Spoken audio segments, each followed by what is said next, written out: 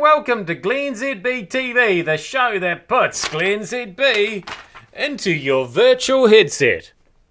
I'm bringing New Zealand to the world, and the world to New Zealand. And I'm sure Gareth Morgan feels like he really got a good return for the at least $1.7 million he spent of his own money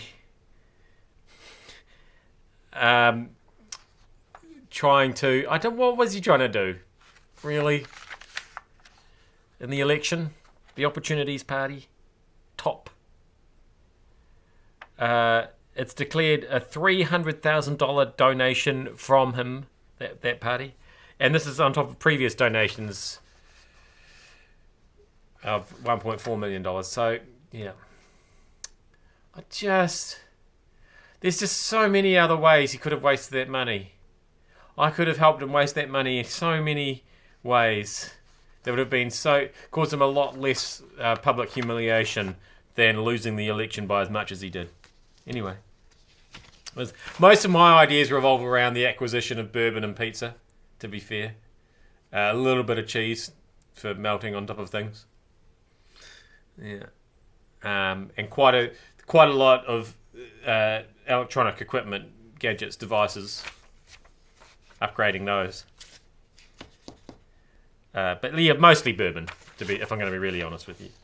Nervous times for Bill English and Jacinda Ardern, waiting by their phones for a call from Winston.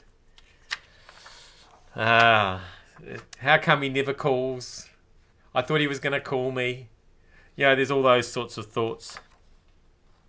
The New Zealand First Caucus are having another meeting at Parliament today, looking at how their policies weigh up against those of the two main parties. Oh no! But Mr. Peters is going to be out of play tomorrow because he's going to be at a funeral. But don't worry, he'll be back on Thursday, when he'll probably also not talk to anybody and get angry at reporters. So, you know. I guess all Bill and Jacinda can do is wait. And wait. And wait. Or tell him to bugger off and just get on with running the country. That's another option, of course. So, who is really to blame for the state Edgecombe has found itself in? There's the flooding earlier this year. And today, they could learn where the blame lies for the flooding. A massive downpour in April caused the stop bank of the Rangataiki River to burst, which submerged the entire town. So, I mean, I don't want to jump to conclusions because the report's out this afternoon, but it sounds to me like God is to blame. If it was, in fact, due to that massive downpour. And I'm not sure... Can you sue him? I think that's been tried before. I saw a Billy Connolly movie about it, but I don't know how well it worked out for him. Finally, okay, brace yourselves. I'm going to attempt to make an hilarious fat joke here. Now, I may have ruined it by telling you that I'm going to do that in advance, or does that just add to the challenge of it? Anyway, here goes. Hold on to your seats. The US Supreme Court has rejected an appeal from Kim.com, leaving intact an order that lets the federal government seize $40 million from accounts in Hong Kong and New Zealand. It's coming, just hang on. It won't be worth it, but just hang on anyway. A federal appeals court says .com and his associates can't try to block the seizure because they're fugitives who are fighting extradition to face the US criminal charges. It's getting close now.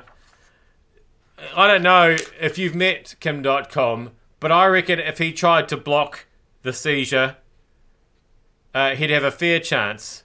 In fact, he'd have a fair chance of blocking just about anything. It didn't work, did it? I really built it up too much. See, he's large, and really he just has to stand in a doorway and he's blocked everything. Now I've over-explained it at the back end as well, so it just really... I don't even know why I tried, to be honest. Well, primarily because I had about another 60 seconds to fill of the show, which I really appreciate you watching. Thank you so much for having me in your virtual headset. I will see you back here again tomorrow for more. Geez, really regretting that joke now. It's all got very meta, hasn't it?